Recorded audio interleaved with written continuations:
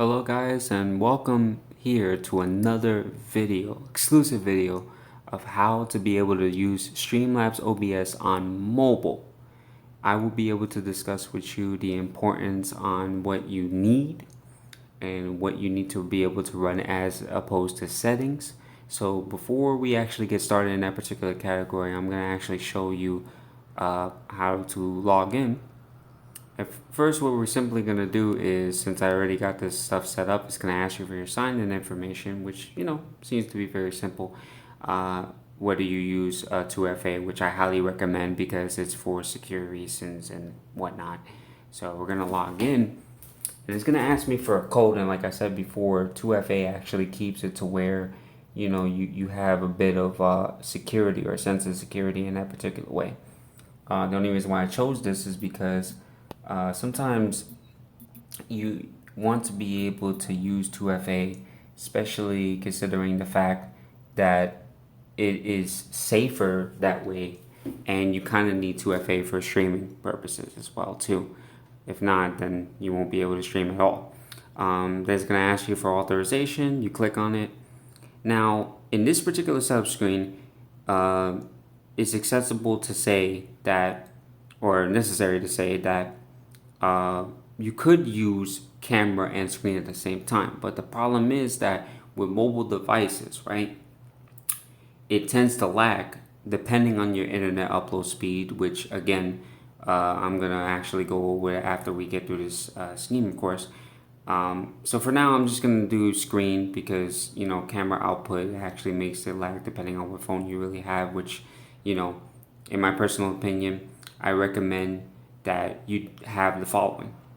A Snapdragon 845 that actually has that particular processor, 6 gigabyte to 8 gigabyte RAM, just because of the fact that you want the stream from the RAM to be able to withhold the streaming element of it and the game capture, as opposed to whatever game you're trying to stream from your mobile device, whether it has to do with emulation or so forth.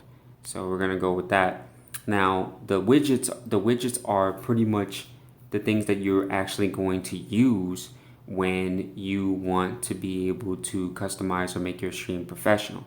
The outlook of what your stream looks on mobile is different how you would pursue it on PC. There you have the alert box, the event list, which is kind of like the alert box, but it shows you like follow and donations and everything else, and then the chat box, which is pretty self-explanatory. You can position it whatever side of the screen. The jar, in which there's bit donations or whatever, donation ticker, letting you know who donates and whatnot. Donation goals, same thing. It allows the ticker to activate and whatnot.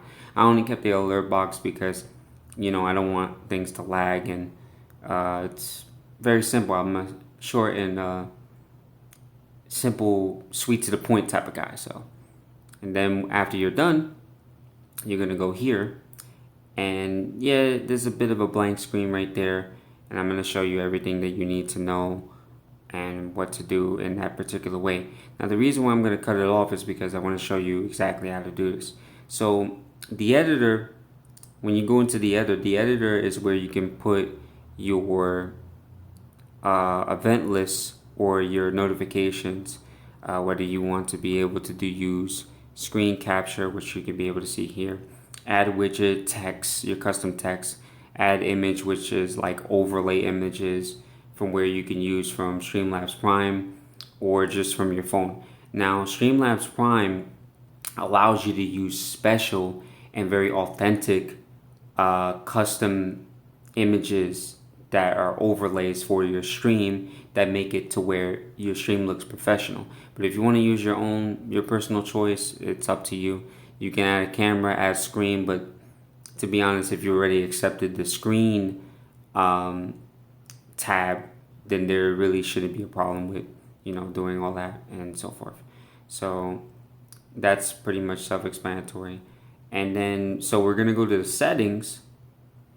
Now, before I even move on from here, I would recommend that if you really did want to be able to stream from your phone, it is necessary to say that if you are a Prime member, you should connect, or it should automatically connect your Twitch account to make sure that you could be able to enable disconnect protection, because what disconnect protection does is it stabilizes the ports to where if your stream disconnects, you can be able to reconnect your stream without having to restart it or turn off your phone and turn it back on and go back into the settings and stuff like that.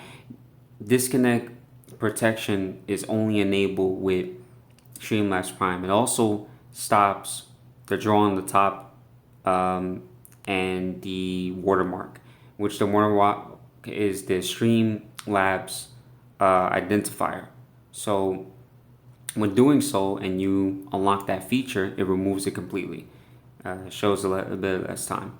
So what we're going to do is we're going to go to Twitch and Ingest server. Now Ingest server is literally the one particular thing that you need to understand, and I feel that is very important, because the Ingest server is the closest domain near you, and it is important to actually activate this, because since I live close to a New York domain server, I'm going to put it to New York. Just like if you live in Los Angeles, Phoenix, San Francisco, you always put it to your closest domain.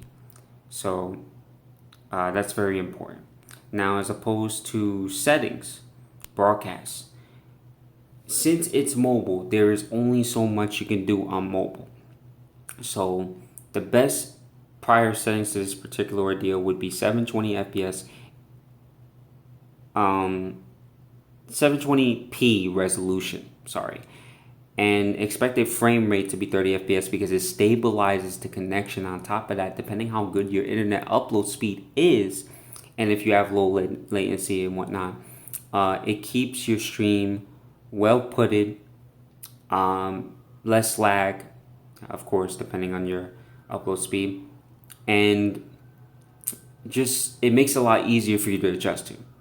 Max video bitrate, of course, as I explained before, previous to that statement, I would say that it depends on your upload speed. So if you think you can run high enough, put it to auto. 3870 will probably be there. If not, if you can't run that, 2500 is the max that you could put it for.